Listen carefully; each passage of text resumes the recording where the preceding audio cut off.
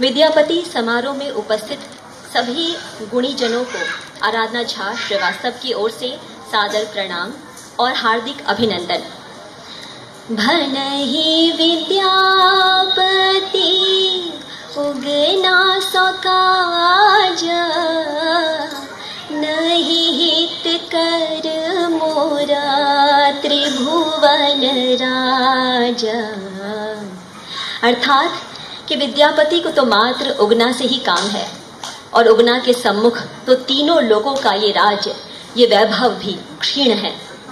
तो कौन थे वे उगना और उनकी महिमा, जिससे मिथिलावासी तो भली भांति परिचित हैं, किंतु अन्य भाषाइयों के लिए उगना से परिचय करवाने हेतु हम आज इस विद्यापति समारोह में एक संवाद नाटिका का मंचन करने जा रहे हैं। इस नाटक के मूल लेखक हैं श्री ईशनाथ झा, जो दरभंगा स्थित चंद्रधारी महाविद्यालय में मिथिला विभाग के अध्यक्ष रह चुके हैं और इस नाटक के मूल प्रति को उपलब्ध कराया है मिथिला रंगमंच के जाने माने निर्देशक प्रकाश जी ने, और हमारे आज के कार्यक्रम के संयोजक आयोजक और इसमें महत्वपूर्ण भूमिका निभा रहे अंजनी जी ने। तो उन दोनों को हार्दिक आभार प्रकट करते हुए आइए आपको मैं लिए चलती हूँ उगना के संसार में। तो नाटक के संवाद मेरी मातृभाषा मैथिली में ही है, मूल संवाद को रखा गया है, किंतु इस नाटक के माध्यम से जो बात मैं बताना चाह रही हूँ उसके लिए मैंने जो बीच के सूत्रधार के जो भाषा है उसे हिंदी यानी राजभाषा हिंदी में रखा है, ताकि आप भी विद्यापति के जीवन से जुड़े इस महत्वपूर्ण प्रसंग से परिचित हो सके। तो आइए हम आपको बताते हैं कि कैसे जो विद्यापति जी हैं, जिनके काव्य लेखन में सौंदर्य, माधुर्य और गेयता के कारण उन्हें भारतीय भाषाओं का आदि कवि कहा जाता है और मैथिल कोकिल के नाम से जाना जाता है, और इनके काव्य कौशल से मात्र मिथिलावासी ही नहीं अपितु कैलाशवासी महादेव तक इतने प्रभावित थे कि उनके भावपूर्ण आह्वान पर उनका ध्यान भंग हो गया और वे हाथ में डमरू लेकर नाचने पर उद्यत हो गए। आहे तो हे शिव धरे नटवेश की डमरू बजावत है।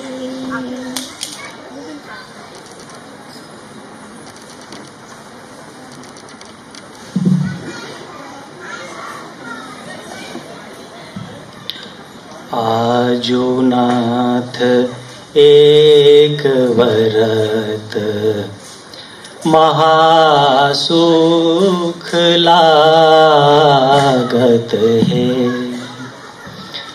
आजो नाथ एक वरत महासुख लागत है। आहे तोहे शिव धरु नटवेश डमरू बजावत है। भल न कहल गौरा नाच, आज से नाचब है। आहे सदा सोच मोहे होयत, कौन विधि बाँचब है। जे जे सोच मोही होयत, कतेक समुझायब है। आहे तोहे प्रभु जगतक नाथ, कौन सोच लागय है।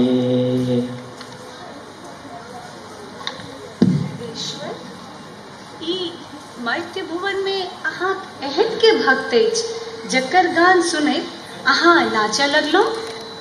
प्रिय, अहाँ ओकरा नहीं चिन्हलिए।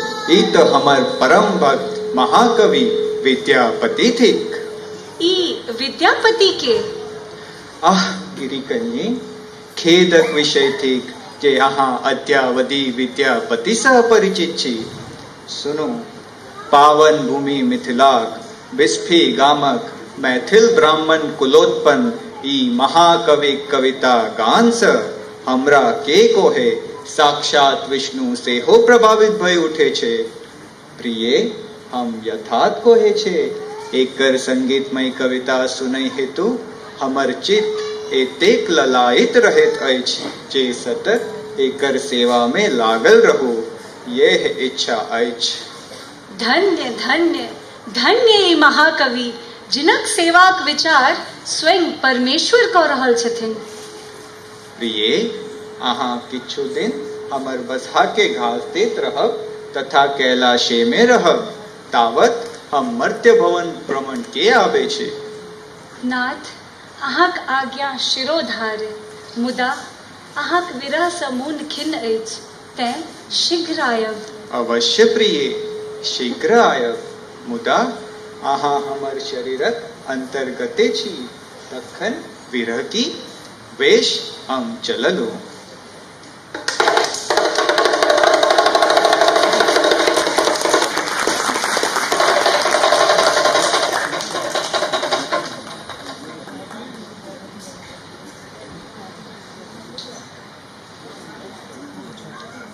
कवि और कविता की ऐसी दिव्य महिमा कि स्वयं देवाधिदेव महादेव अपने भक्त हृदय कविवर विद्यापति के सानिध्य को प्राप्त करने की इच्छा से मर्त्य भुवन अर्थात पृथ्वी पर पधारने हेतु उद्यत हो गए। हिंदी के ख्याति लब्ध गीतकार गोपाल दास नीरज द्वारा रचित दोहा यहाँ उद्धृत करना चाहूंगी, जिसमें उन्होंने लिखा था कि आत्मा के सौंदर्य का शब्द रूप है काव्य, मानव होना भाग्य है, कवि होना सौभाग्य। और यदि कविता विद्यापति जी की हो और उनकी कविता के प्रशंसक स्वयं महादेव हो तो इससे बड़ा सौभाग्य भला और क्या हो सकता है।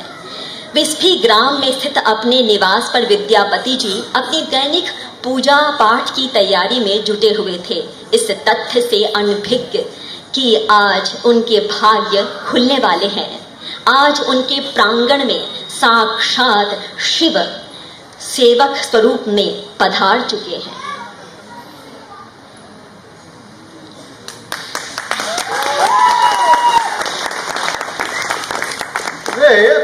तो के ठीक है, हम एक भिखारी कौन, तीनों लोग भीख मांगे का पेट भरत छी। कौन जाइत थिको? जाइत पाइत त कोनो नहीं, मुदा आइन धैर चलैत अछि। पंडित लोकनि कहैत छथि कैवर्त, आ लोक सब कहैत छथि क्योट। अरे नाम की थिको? अच्छा करा जे पुराइत छै। हाँ, तखन केओ उगना कहैत अछि, केओ कहैत अछि उदना। कतऽ रहै छै? सब ठाम, आ कतहु नहीं। कखनो पहाड़ पर रहे, कखनो वन में। बेस, पपो में छौ कि अक्सरे छै? हमरा न बाप न माय न पितामह न पितामही। आ स्त्री? आंगनबाड़ी तो अछि, मुदा बाप घर बैसल खाइत अछि। तऽ तूहो किया ने ओते रहै छै? अरे खेनाइ तऽ भेटतौ। चिया चिया चिया, ई की कहल ठाकुर जी? बुझू तऽ घर जमा बन अपन नाक कटाए। बेस, तऽ तो की चाहे छै? सेवा करब हाँक रात दिन, राखी दास बनाए। पेट भरै एतबे अछि खगता, बिनती देल सुनाय। बेस, तऽ तू एते रह, आ हमर बरदक चरवाही कऽ दे। बेस, जेहने काज हमरा चाही तेहने भेटल यौ ठाकुर जी। बरदक चरवाह तऽ हमरा सन भेटबो नहि करत। भरि जन्म तऽ हम इएह केलहुँ। चल, तोरा बड़दक घर देखब। हाँ चलो चलो चलो चल। तीनों लोकों के स्वामी सेवक बनकर उगना रूप में विद्यापति के घर पधारे।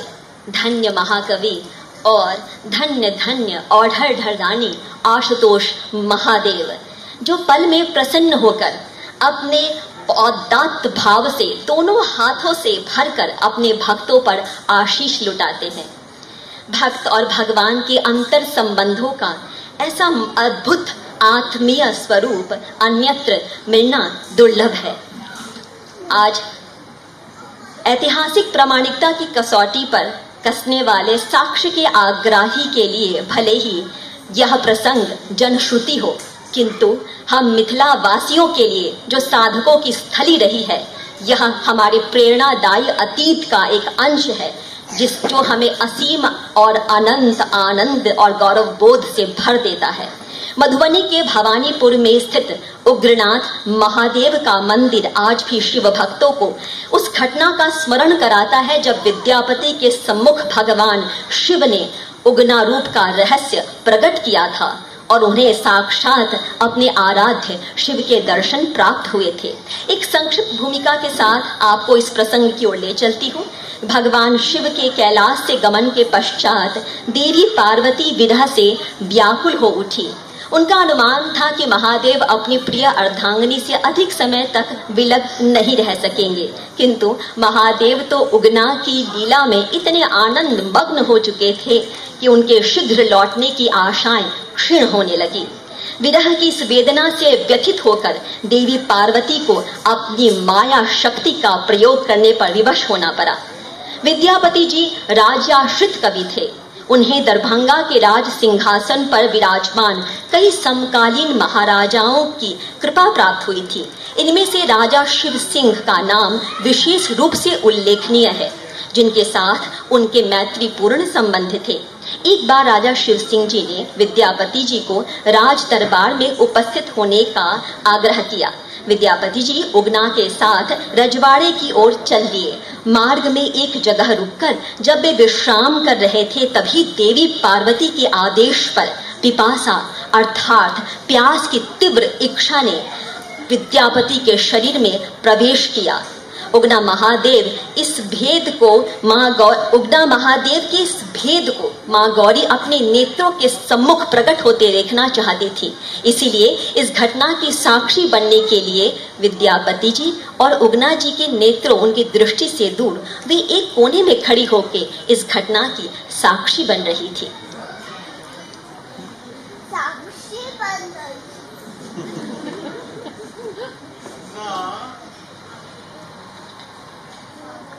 सुवर्णा में जल थिकौआ नहीं, आइ बड़ जोर से प्यास लागि रहल अछि।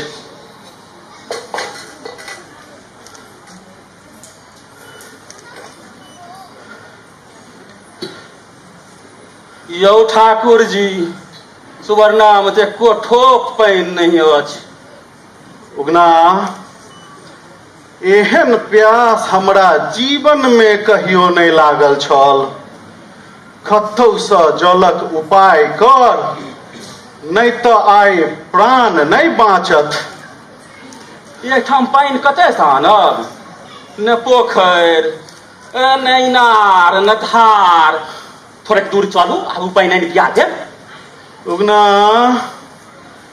आब प्राण बचबाक कोनो आशा नहीं। प्यासे जी सुखायल जाइत अछि आ प्राण बहराइत अछि। कतौ सँ पानि आनि पिया, नहीं तो आइ हम मूलियो। आब की करब? उपाय तो हमरा बहुत अछि, मुदा भेद खोज जायत तकर आशंका अछि। एम्हर ई मूर्छित भेल जाइत छथि, हिनक प्राण बचेनाइ सेहो आवश्यक अछि। अस्तु, भेद खोज जायत तऽ खोज जायत, हिनक प्राण तो बाँची जतन। कनिक काल धीरज धरू ठाकुर जी, हम पानि ताकि आनैत छी।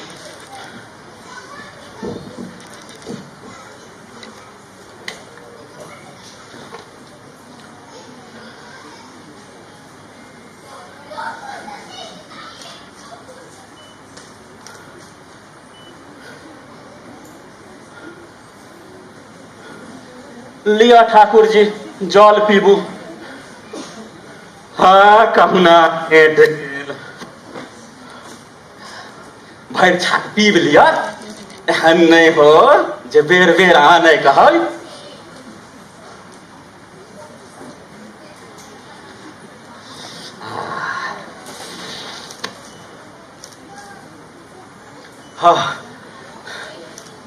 आब प्राण बाँचल। जेहने प्यासल रही तेहने सुस्वाद शीतल जल पावल। आत्मा संतुष्ट भए गेल। उगना बताहो रहिते आइ जे तू हमरा पर उपकार केले ई हम जीवन भर नहीं बिसरबो।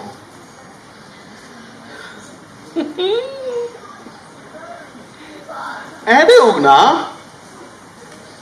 एहन सुस्वाद शीतल जल तू कहाँ से आनले? बुझाइत पड़ैते जेना गंगा जल होय। गंगा जल एतै कतऽ से आयत ठाकुर जी? हे देखैत छियै ओहि बबुरबन्नी कात में एक पथारक छारन छै। ततहि से हम उपैछ के पानि अनलहुँ हन। प्यास बड्ड जोर लागल छल तैं केहनो जल गंगा जल बुझाइत होइत। कतऽ छै धारक छारन? देखियौ ने बगुला उड़ैत छै देखै छियै? हम बगुला के हारब ग। मुदा तू पहले चल हमरा धारक छारन देखा। जल छै गंगा जल आ तू कहै छै धारक छारनक पानि। हमरा संदेह होइत अछि। संदेह कथी? एतै न भूत न प्रेत न चोर। चलू रजवाड़ा चलू। बेसी अबेर भए जाए तक और रजवाड़ा जाए। हम कतौ नहीं जेबो। हमरा पहले तू धारक छारन देखा। हाँ एतेक कतौ हट हो। लोक सब ठीके कहै छथिन जे पंडितक सीरा भट्ठा तऽ नहीं चली। जहाँ पंडितक आगू पड़लहुँ आ जे किछु बजलहुँ बस ई बातक चिरौरा करे लगता। कोना बुझली? के कहलको? कोन ठाम कहलको? कोन समय में कहलको? हे एतेक कतौ पूछनाइ होय? बेस नहीं मानब तो चलू हम देखाय दै छी। बेस चल। हाँ चल। जेना जेना ई उगनाक प्रसंग मोन पड़ैत अछि तेना तेना ओकर बातक सबके सार बुझाइ पड़ि रहल अछि। ई उगना की महादेव थिका? जकर दास पूरा संसार हो कि हमर दास बनकर रहत? असंभव, स्वप्न, मिथ्या, महाभ्रांति। की कहने छल? स्त्रीक नाम पर्वतिया, नैहरक धनिक, पर्वत परवास, बाघ सिंह पर्वतियाक सवारी। जेना जेना ई सब सोचैत छी उगना नहीं तऽ जटाजूट धारी शिव प्रतीत होइत छथि।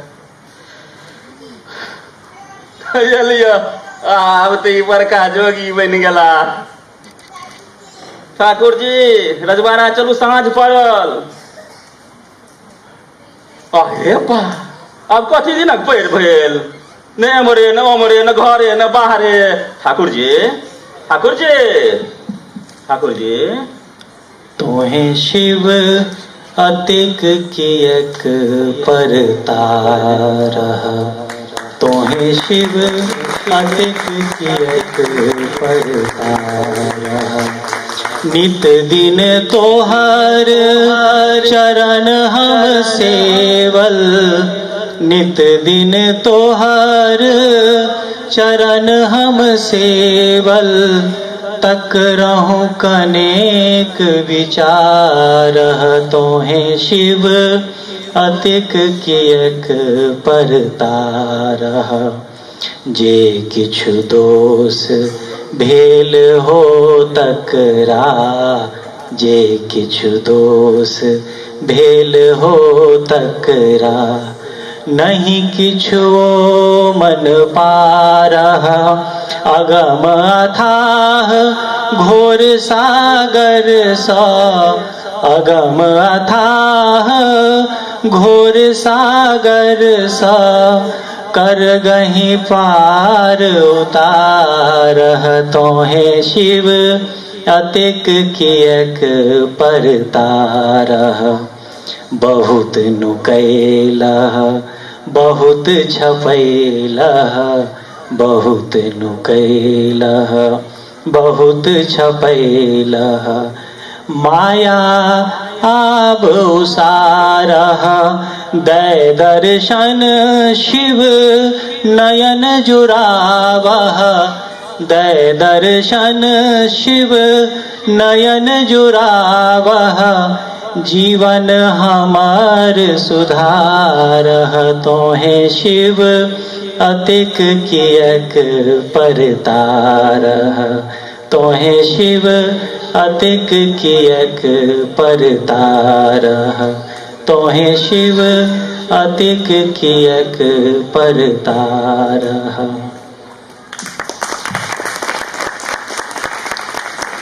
प्रेमक बान ककरा नहीं बांधि लैत छैक। इच्छा छल जे अपना के एहि रूप में राखि हिनक सेवा करैत रहब, मुदा आब कोनो उपाय नहीं रहल। प्रेमक वशीभूत भय हमरा प्रकट होवहि पड़त, तथापि चेष्टा करैत छी। छिया छिया ठाकुर जी, ई की करैत छी? हे खरनामे के शूद्र, हाँ तो साक्षात शिव थिकौ, तहन एहन वंचना किएक? आब तै नीक जकाँ बुझि गेल, अपना के गुप्त राखब कठिन अछि। बेस तऽ यह सही। हट छोड़ू ठाकुर जी, हम वह उगना छी। के उगना? यौ बरदक चरवाह उगना, भांग धथूर खेनिहार उगना, भिखारी उगना, अहाँके टहलुक उगना। नहीं, खरना निधान उगना। तऽ की तखन नहीं मानब? नहीं, कथमपि नहीं। बेस तऽ जहने धारणा तेहने फल। ओहि बबुरबन्नी दिस तकियौक ता।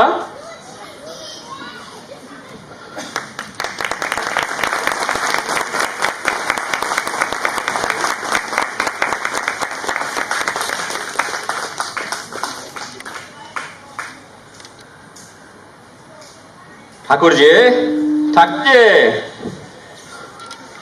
हाँ करुणामय। बेस, जे बजलहुँ से बजलहुँ, मुदा आप फेर जे कहियो हमरा संगे महादेव वाला व्यवहार करब आ हमर ई रहस्य कथा धोखों कतहु व्यक्त करब तऽ हम तखनहि लुप्त भए जायब और फेर कहियो अहाँ हमरा एहि रूपमे नहीं देखब। हाँ, माटी पाथर भय अहाँके संग पुरैत रहब। बेस जे कही। बेस जे कही नहीं, बेस जे कह बाजू। जहिना पहिलुक उगनाक संग व्यवहार करैत रहौं, तहिना करैत रहू। देखू, अहाँके गुण एवं भक्ति सँ मुग्ध भय हम अहाँके यह वरदान दैत छी जे अहाँके कविता मिथिलाही में नहीं, समस्त संसार में यश पाओ और अमर रहत।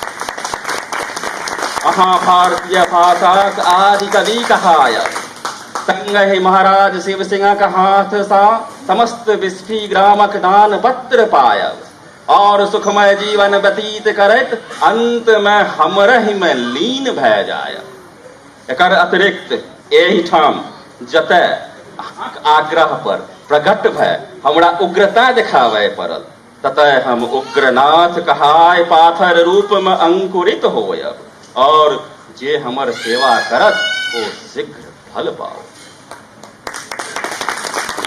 आइ हम सनात भेलहुँ।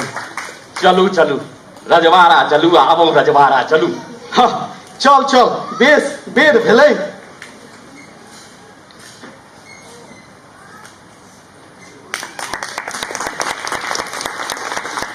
सिद्ध भ गेल जे चाहलो सह भेल। जे ई गाम हमर कारक साधक भेल ते ई आइ से भवानीपुर कहलाय और एक विशाल गांव में परिणत भ जाय। आब चौली और प्रबंध में लागी जे ई विद्यापति ए रहस्य के गुप्त नहीं राख सकथिन।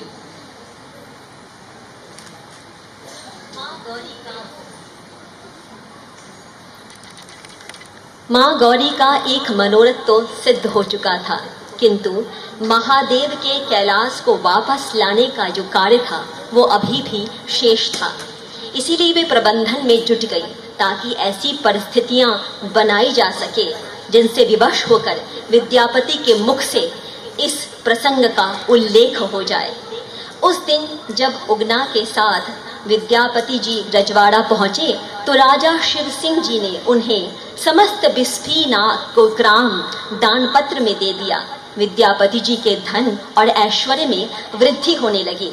उनकी धर्म पत्नी सुधीरा, जो एक अत्यंत सरल हृदया महिला थी, उन्हें देवी पार्वती के आदेश पर अभिमान और अहंकार और क्रोध ने अपने वश में कर लिया और इसी प्रमाद के कारण उनसे एक ऐसा अनर्थ हो गया जिसके फलस्वरूप वे लंबे समय तक पश्चाताप की अग्नि में जलती रही।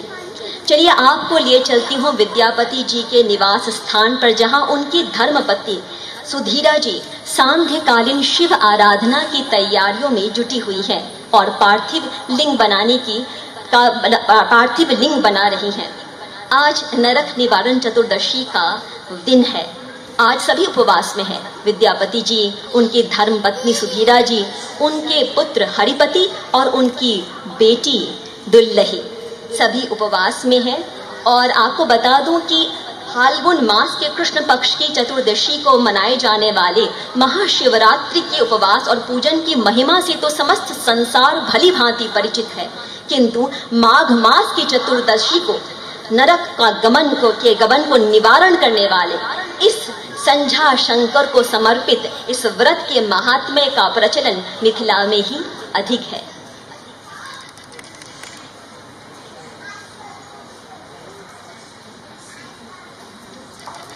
महादेव बनल हौ, आब तो अरुणो अस्त भेला। शीघ्रता करू जे पूजा करी।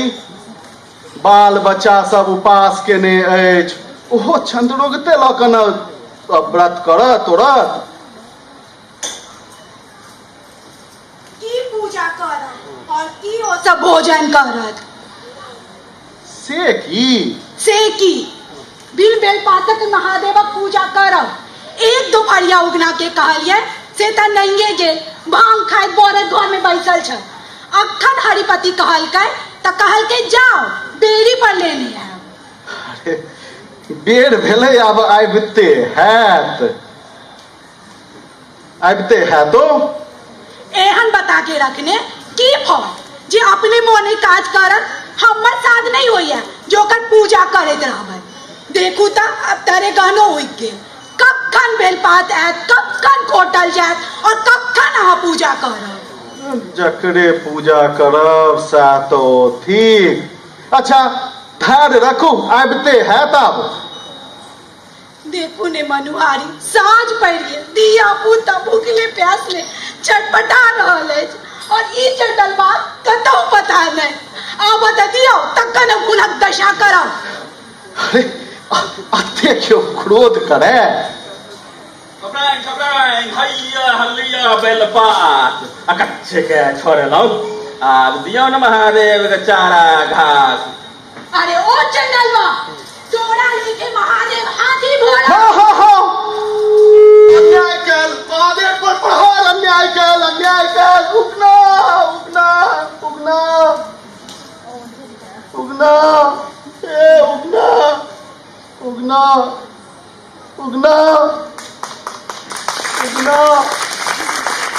उगना ए उगना उगना उगना उगना उगना उगना उगना उगना उगना उगना उगना।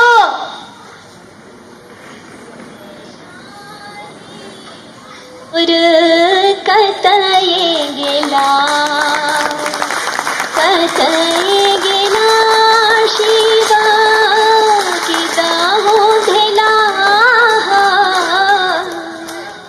तो अपने पूर्व कथानुसार महादेव अपने रहस्य का भेद खुलते ही वहां से अंतर्ध्यान हो गए और विद्यापति जी उन्हें ढूंढने को आतुर हो उठे। उन्होंने उस दिन विद्यापति जी ने नरक निवारण चतुर्दशी का व्रत रखा हुआ था, किंतु ना तो उनकी पूजा संपन्न हो सकी और ना ही उन्होंने अन्न जल ही ग्रहण किया। यही स्थिति उनकी धर्म पत्नी सुधीरा जी की भी थी, जो ग्लानि के भार से व्यथित हो रही थी। अपने आराध्य शिव के प्रति अपने अपमानजनक व्यवहार और अपने पति विद्यापति जी के इस दशा के लिए वो स्वयं को उत्तरदायी मानते हुए उन्होंने भी अन्न जल ग्रहण करना बंद कर दिया। विद्यापति जी के शिष्यों द्वारा समझाने पर और विद्यापति जी के पुनः घर वापस लौटने तक अपनी संतान की देखभाल के लिए उन्होंने दूध और जल ग्रहण करना स्वीकार कर लिया। अपने भक्तों की इस दयनीय स्थिति से महादेव चिंतित हो उठे, विशेषकर तब जब उन्हें ढूंढते ढूंढते विद्यापति जी कैलाश के मार्ग से भटककर सघन वन में जा पहुंचे। उन्हें पता था कि यदि उन्हें किसी भी प्रकार से यदि विद्यापति कैलाश पहुंच गए तो उनकी भक्ति और प्रेम के बंधन से महादेव स्वयं को मुक्त नहीं कर सकेंगे और उन्हें पुनः उगना रूप में पृथ्वी पर लौटना पड़ेगा।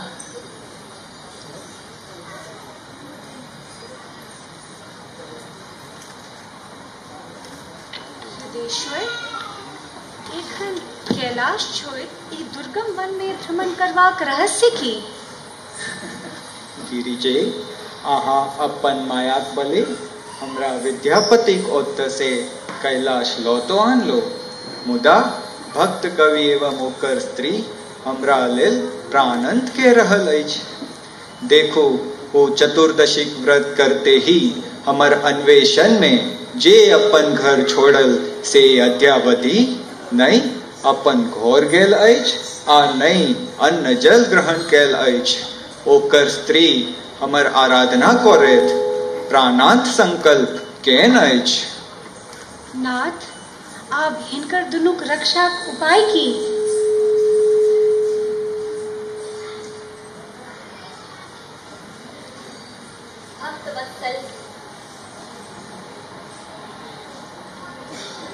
भक्तवत्सल महादेव पार्वती जी को अपनी योजना से परिचित कराने लगे। उन्होंने बताया कि वे विद्यापति के सम्मुख साधु रूप में प्रकट होके उन्हें अपनी कुटिया में ले जाएंगे। विद्यापति जी ने उन साधु का आग्रह स्वीकार करके कुटिया में जाना स्वीकार तो किया, किंतु यह शर्त रखती कि वे भोजन ग्रहण नहीं करेंगे।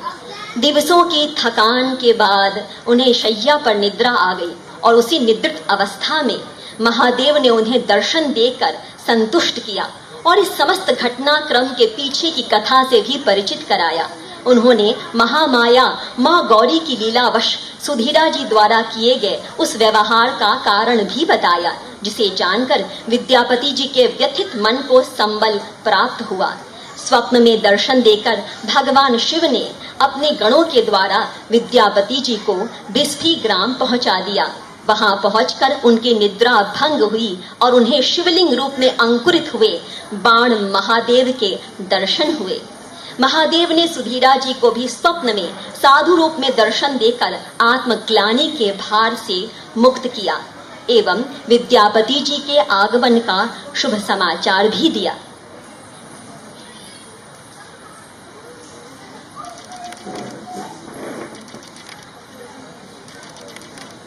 सुनू, अहाँ के दुख होइत जहाँ महादेव पर प्रहार कैल, मुदा दुख जुनि करू, एहिमे अहाँक कोनो दोष नहीं। ई तऽ जगन माता गौरीक माया छल। हुनकर पठाओल पिपासा रजवाड़ा जाइत काल हमरा प्रभावित कै मूर्छित कै देलक।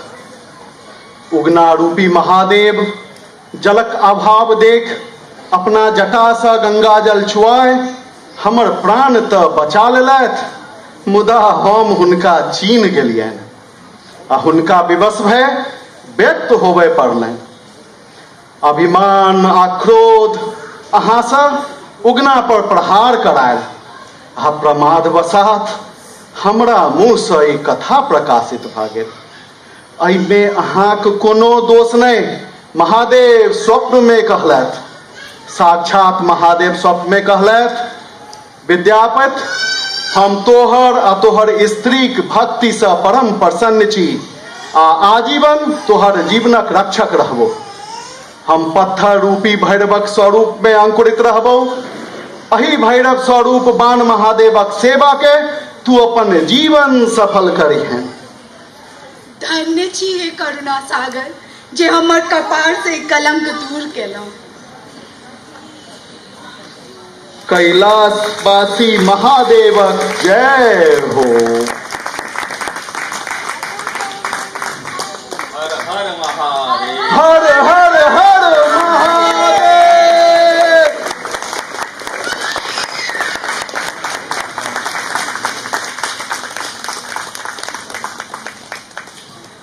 तो आइए अब आपका परिचय इस नाटक के पात्रों से करवाऊं। देवाधिदेव महादेव की भूमिका में थे पार्थ कोरलवाला जी, जो सिंगापुर के एक बहुराष्ट्रीय कंपनी में कार्यरत हैं। इनकी मातृभाषा गुजराती है और इस नाटक के लिए उन्होंने मैथिली में संवाद का अभ्यास किया और उसका सुखद परिणाम ये हुआ कि उनके 4 वर्षीय पुत्र अथर्व को ये सारे संवाद याद हो गए। तो कला और संस्कृति और साहित्य की ऐसी प्रस्तुतियों के माध्यम से ही हम अपनी जो नई पीढ़ी है उसे अपनी भाषिक संस्कृति से जोड़ सकते हैं। तो बहुत बहुत धन्यवाद पार्थ जी का। माँ गौरी की भूमिका निभा रही थी क्षमा कोरलवाला जी, जो असल जीवन में भी पार्थ की अर्धांगिनी है और एक शिक्षिका के रूप में अपनी सेवाएं प्रदान कर रही हैं और अपनी अस्वस्थता में भी इन्होंने नाटक का अभ्यास नहीं छोड़ा था। तो इसके लिए हम उनके बहुत बहुत आभारी हैं। जोरदार तालियों से इनका स्वागत किया जाए क्षमा जी का। अब सुधीरा जी की बात कर लें। सुधीरा जी की भूमिका में है मंच पर अपनी प्रस्तुति दे रही रंजना झा जी, और आप देख रहे हैं कि इनकी जो बिटिया है वो बहुत प्रसन्नचित हो रही है अपनी माँ को मंच पे देख के। और रंजना झा ने डेयरी तकनीकी में बीटेक की शिक्षा प्राप्त की है और रजत पदक से सम्मानित हो चुकी हैं। और नाटक के अभ्यास सत्र के दौरान जब उन्हें क्रोध में भरकर संवाद का अभ्यास करना था तो उनकी प्यारी सी बिटिया कई बार अक्सर उन्हें अपनी पानी की बोतल थमा दिया करती थी कि माँ शांत हो जाओ, क्रोध मत करो। और विद्यापति जी की भूमिका निभा रहे हैं राजीव कुमार मिश्रा जी, जो पिछले 15 वर्षों से सिटी बैंक में कार्यरत हैं। राजीव जी अपनी पत्नी ऋतु जी, जिन्होंने आज बहुत सारे कलाकारों को तैयार होने में अपना योगदान दिया है, और अपनी 2 प्यारी बेटियों रिदिमा और आयशा के साथ 2006 से सिंगापुर में प्रवास कर रहे हैं और सिंगापुर क्रिकेट एसोसिएशन के में अंपायर के रूप में सक्रिय हैं। इनकी सुपुत्री रिदिमा जी को आपने मंच संचालन की कुशल भूमिका निभाते हुए अभी देखा है। बहुत बहुत धन्यवाद राजीव जी। उगना की भूमिका में थे पंकज कुमार रॉय जी, जो 2007 से सिंगापुर में प्रवास कर रहे हैं और संप्रति सिंगटेल और एनसीएस में प्रोजेक्ट मैनेजर के रूप में कार्यरत हैं। और सबसे पहले इस नाटक के लिए अपनी ऑडिशन क्लिप उन्होंने मुझे पंकज जी ने ही भेजी थी, जिसे देखकर मेरी पहली प्रतिक्रिया थी कि मुझे मेरे उगना मिल गए।